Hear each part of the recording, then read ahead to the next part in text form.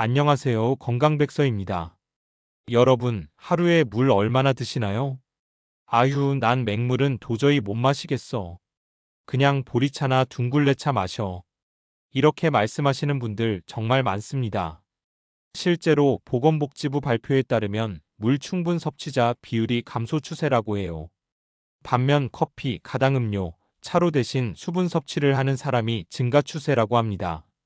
과연 괜찮을까요? 오늘은 이 질문에 대한 속 시원한 답을 드리겠습니다. 물 대신 마시면 건강을 해치는 차, 오히려 건강을 지켜주는 차. 지금부터 끝까지 들어보시면 건강 지키는 지름길이 될 수 있습니다. 물을 안 마시면 우리 몸에서 생기는 일들. 여러분, 수분은 그냥 갈증만 해결해 주는 게 아닙니다. 우리 몸 전체를 돌아다니면서 일을 하는 생명의 운반자예요. 물이 부족하면 여기저기서 문제가 하나둘씩 생깁니다. 첫 번째로 신장결석이 잘 생겨요. 특히 60대 이상 분들 사이에서 신장결석이 부쩍 늘고 있습니다. 물이 부족하면 소변량이 줄고 노폐물이 몸에 고이게 되면서 신장 안에 돌덩이처럼 딱딱한 결석이 생기는 거예요. 결석이 생기면 갑자기 옆구리나 허리 아래가 쥐어짜는 듯 아프고 소변 볼 때 피가 섞이거나 통증이 생길 수 있습니다. 한 번 생기면 재발도 잘해서 굉장히 불편하고 힘듭니다. 두 번째, 탈수 상태가 돼도 스스로 모를 수 있어요. 젊을 때는 갈증이 나면 목마르다 하고 물 마시잖아요. 근데 나이가 들면 이 갈증을 느끼는 기능 자체가 둔해집니다. 몸속에서는 이미 수분이 모자라서 탈수 상태인데도 스스로는 전혀 못 느끼는 거예요. 그래서 본인은 괜찮다 생각하고 하루 종일 물 안 마시다가 두통, 어지러움 심하면 혼란 상태까지 올 수 있습니다. 특히 여름철이나 땀 많이 나는 날엔 더 위험합니다. 세 번째, 피가 끈적끈적, 혈액순환이 나빠져요. 물이 부족하면 혈액이 진해지고 끈적해집니다. 그러면 심장이 피를 펌프질하는데 더 힘이 들어요. 결국 고혈압, 심혈관 질환 위험이 높아지고요. 팔다리 끝까지 피가 잘 안 돌면 손발 저림이나 어지러움도 생깁니다. 또 뇌로 가는 혈류도 줄어서 집중력 저하, 기억력 감퇴, 우울감까지 올 수 있어요. 특히 치매 초기 증상과 혼동될 수 있을 정도로 뇌 기능에 영향을 줍니다. 네 번째, 변비 소화불량의 원인이 돼요. 물은 장이 잘 움직이게 도와주는 윤활유 역할을 합니다. 물이 부족하면 장이 말라붙듯 굳어져서 변이 딱딱해지고 배에 가스 차고 화장실 가기 힘들어지고 결국 변비로 이어져요. 또 음식 소화되려면 위액도 충분히 분비돼야 하는데 수분이 부족하면 위산 분비도 줄어들고 속이 더부룩하거나 체한 느낌이 자주 생기죠. 다섯 번째, 피부도 푸석푸석, 주름도 더 잘 생겨요. 물 많이 마시는 분들 보면 피부가 촉촉하고 탄력 있어요. 근데 수분 섭취 부족하면 피부 속까지 건조해져서 주름이 더 잘 생기고 칙칙해 보이고 아무리 비싼 화장품 발라도 겉돌기만 합니다. 특히 시니어 분들은 피부 자체 수분 보유 능력도 떨어지기 때문에 물을 꾸준히 드시는 게 진짜 중요합니다.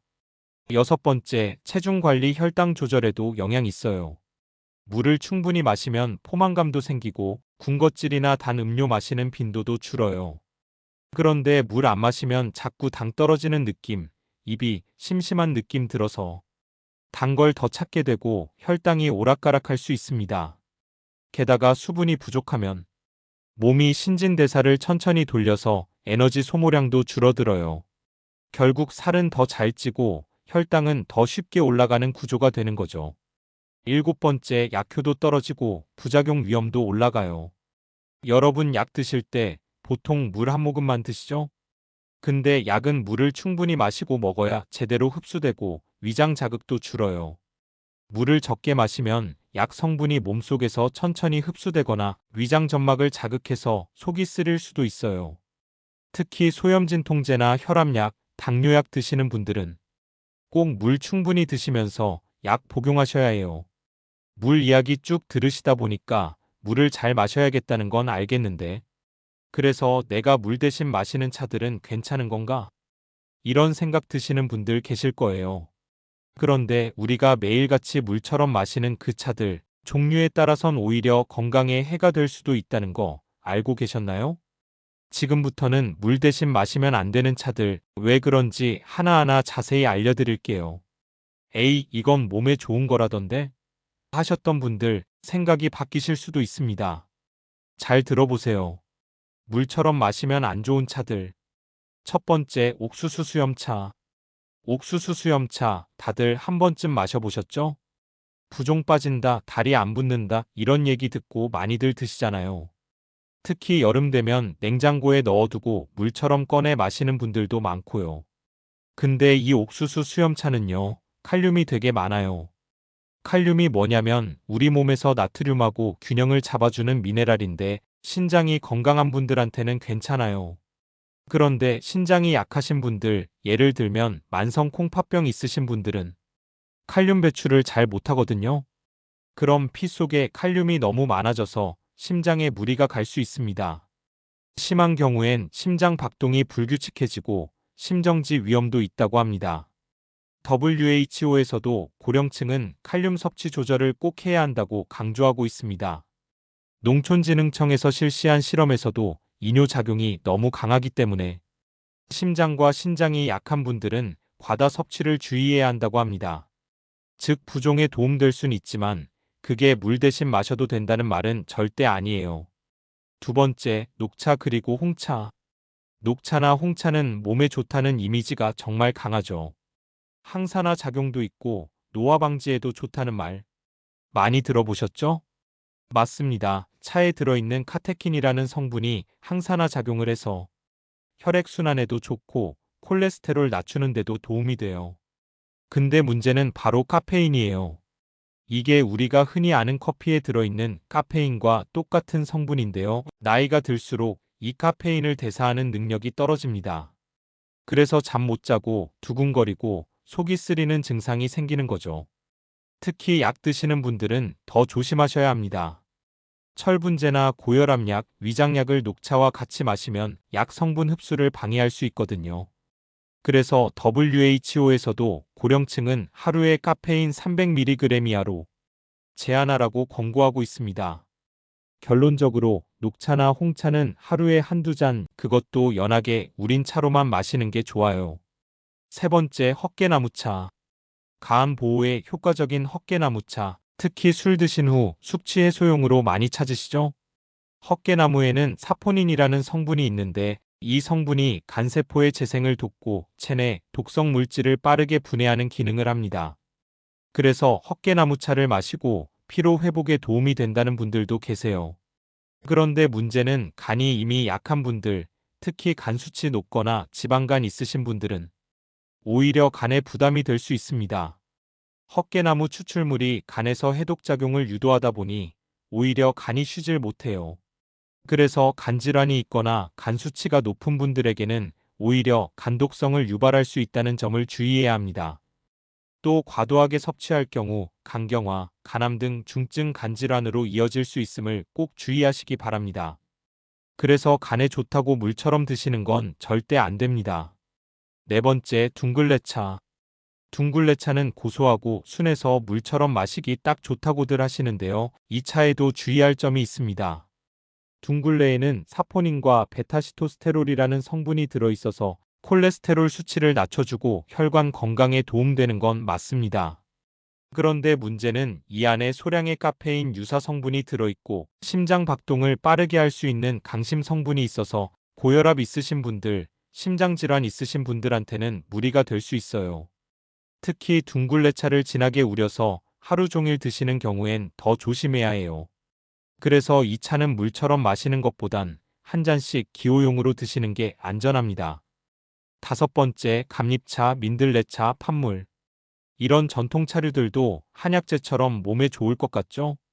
감잎차는 비타민C 많다, 민들레차는 간에 좋다, 팥물은 부종 빼준다 이런 이야기들 많잖아요. 그런데 이런 차들의 공통적인 특징이 있습니다. 바로 이뇨작용이 강하다는 것입니다. 한두 잔 마시면 문제없지만 하루 종일 수시로 드시게 되면 오히려 몸속 수분이 빠져나가면서 탈수 증상이 생길 수 있습니다. 게다가 고혈압약이나 이뇨제 드시는 분들에게는 이런 차들이 약 효과를 더 강하게 만들어서 전해질 불균형이 올 수 있습니다. 차 마시면서 수분 섭취한다고 생각했는데 오히려 수분이 빠져나갈 수도 있으니 주의해 주시기 바랍니다. 자, 이제부터는 물처럼 마셔도 괜찮은 차들이에요. 몸에 무리가 덜 가고 오히려 건강에 도움되는 차들이죠. 첫 번째, 보리차. 보리차는 말 그대로 우리나라 국민차입니다. 어렸을 때부터 밥상에 항상 올라오는 차예요. 보리차는 카페인이 없고 이뇨작용도 거의 없습니다. 그래서 물을 대신에 마시기 정말 좋은 차예요. 보리에는 식이섬유와 베타글루칸이 들어있어서 장 기능 개선, 변비 예방, 그리고 혈당 조절에도 좋습니다. 농촌진흥청에서도 보리차는 일상적인 수분 섭취에 적합한 곡물차로 분류하고 있어요. 게다가 맛도 구수하니 맹물 잘 못 드시는 분들한테 딱입니다. 두 번째, 현미차. 현미차도 마셔보면 고소하고 따뜻하죠? 현미에는 감마오리자놀이라는 성분이 들어있는데 이 성분이 콜레스테롤 수치를 낮추는 데 도움이 됩니다. 또 미네랄이 풍부해서 혈압 조절, 뼈 건강에도 좋고요. 무엇보다 현미차는 몸을 따뜻하게 해주는 성질이 있어서 손발 찬 분들, 배가 자주 아프신 분들께도 추천드립니다. 세 번째, 루이보스차. 루이보스차는 남아프리카산 허브차로 카페인이 전혀 없습니다. 그리고 여기에 들어있는 아스파라틴, 퀘르세틴 같은 성분들은 항산화 효과가 아주 뛰어나서 심장 건강, 혈관 보호, 스트레스 완화에 도움이 된다고 합니다. 무엇보다 임산부도 마실 수 있을 만큼 안전하답니다. 몸이 약한 분들, 수면에 예민하신 분들께 강력 추천드립니다. 네 번째, 히비스커스 차. 히비스커스 차는 새콤한 맛이 있어서 아주 상큼하거든요. 물 싫어하시는 분들도 거부감 없이 마시기 좋습니다. 히비스커스에는 안토시아닌과 폴리페놀이 풍부해서 콜레스테롤을 낮추고 지방을 분해하고 혈압 조절에도 도움을 줍니다. 특히 다이어트 하시는 분들이나 고혈압 있는 분들한테도 효과가 좋다고 알려져 있습니다. 다섯 번째, 캐모마일 차. 유럽에서는 이 캐모마일 차가 수면차로 불린다는 사실 아시나요? 이건 진짜 잠 안 올 때, 마음 불안할 때 드셔보세요. 캐모마일에는 아피제닌이라는 성분이 들어있는데 이 성분이 신경을 안정시켜주는 효과가 있어서 불면증 있으신 분들한테 정말 좋습니다. 또 위장 진정 작용도 있어서 속쓰림이나 과민성 대장 증후군 같은 증상에도 도움이 됩니다. 지금까지 물처럼 마시면 안 좋은 차들과 물처럼 마셔도 괜찮은 차들에 대해서 알아봤습니다. 그렇다면 어떻게 마셔야 하는지도 알고 계시나요? 같은 물 혹은 차를 마셔도 어떻게, 언제, 얼마나, 어떤 방식으로 마시느냐에 따라 몸에서 받아들이는 효과가 달라질 수 있습니다. 하나씩 알려드릴게요. 첫 번째로 취침 2시간 전에는 물 섭취를 줄이세요. 나이 들수록 밤에 소변 때문에 자주 깨는 분들 많으시죠? 이걸 야간뇨라고 하는데 밤에 자주 깨면 수면의 질이 떨어지고 낮에 피로감도 훨씬 심해집니다. 그래서 물은 되도록 저녁 식사 후 1~2시간까지만 마시고 잠자기 전엔 많이 마시지 않는 게 좋습니다. 밤에 갈증 날 때는 1~2모금 정도 소량만 마시거나 입을 헹구는 정도로 대체하는 것도 방법입니다.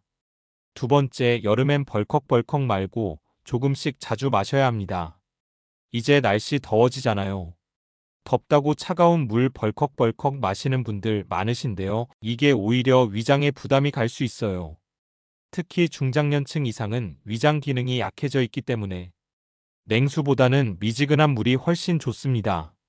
그리고 한 번에 많이 마시는 것보단 1~2모금씩 자주 나눠서 마시는 게 몸에 흡수도 잘 되고 신장에도 무리가 가지 않습니다. 하루 6잔에서 8잔 기준으로 한 번에 한 컵씩 마시지 말고 1~2시간 간격으로 천천히 드세요. 세 번째, 식사 중간에 물이나 차 많이 마시면 소화에 방해됩니다. 식사 중에 국물이랑 같이 물, 차 같이 드시는 분들 계시죠? 이런 습관은 위산을 희석시켜서 소화가 잘 안 될 수 있어요. 특히 위가 약하거나 소화가 더딘 분들은 식사 30분 전 또는 식사 30분에서 1시간 후에 물이나 차 드시는 걸 추천드립니다. 식사 중간엔 입이 마를 때만 조금씩 드세요. 네 번째, 티백을 오래 우리면 몸에 자극을 줄 수도 있습니다. 차 마실 때 진하게 우리고 혹은 여러 번 드시기 위해서 티백을 오래 담가두시는 분들 계신데요. 이건 경우에 따라 독이 될 수도 있습니다. 오래 우리면 카페인이나 탄닌 같은 성분이 더 많이 추출돼서 속쓰림, 두근거림, 철분 흡수 방해 등을 유발할 수 있습니다. 일반적인 차, 녹차, 홍차, 둥글레차 등은 2, 3분 안에 꺼내는 것이 적당하고 허브차는 제품 설명에 따라 조절하시는 게 좋습니다. 다섯 번째, 뜨겁지도 차갑지도 않은 미지근한 온도가 가장 좋습니다.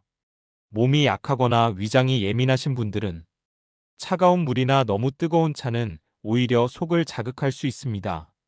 36도에서 40도 정도의 미지근한 온도, 딱 체온에 가까운 따뜻한 물이 가장 흡수가 잘 되고 속에도 부담을 덜 줍니다. 여섯 번째, 공복에 카페인이 들어있는 차는 피하세요. 아침에 일어나자마자 녹차, 홍차부터 드시는 분들 계시죠? 공복 상태에서는 카페인이 위 점막을 자극해서 속쓰림, 위산역류, 두근거림이 생길 수 있어요. 아침 공복에는 미온수 먼저 드시고 카페인 있는 차는 식사 후에 마시는 걸 권장드립니다. 일곱 번째, 보리차 현미차도 한번 끓인 물은 보관에 주의하세요. 보리차는 건강하니까 냉장고에 넣어두고 며칠 마셔야지. 이렇게 생각하실 수 있는데요. 한번 끓인 곡물차는 세균이 자라기 쉬운 환경이기 때문에 냉장 보관하더라도 2, 3일 안에 다 드시는 게 안전합니다. 특히 여름철엔 변질 속도도 빠르기 때문에 조금씩 자주 끓여 드시는 습관이 필요합니다. 이런 습관들이 쌓이면 단순히 물을 잘 마신다 해서 끝나는 게 아니라 혈압, 혈당, 피부, 신장 건강까지 두루 챙기는 건강 루틴이 됩니다. 오늘은 수분 섭취가 부족하면 우리 몸에서 생기는 문제들, 물 대신 마시면 안 되는 차, 물 대신 마셔도 좋은 차, 그리고 올바른 수분 섭취 방법에 대해 알려드렸습니다. 평소에 물 마시기가 쉽지 않았던 분들은 오늘 제가 알려드린 차들로 수분 섭취해 보시기 바랍니다. 영상이 도움이 되셨다면 구독과 좋아요 눌러주시고 소중한 분께 이 영상을 공유해주세요. 저는 더욱 유익한 영상으로 다시 찾아뵙겠습니다. 오늘도 건강하시고 행복하세요. 감사합니다.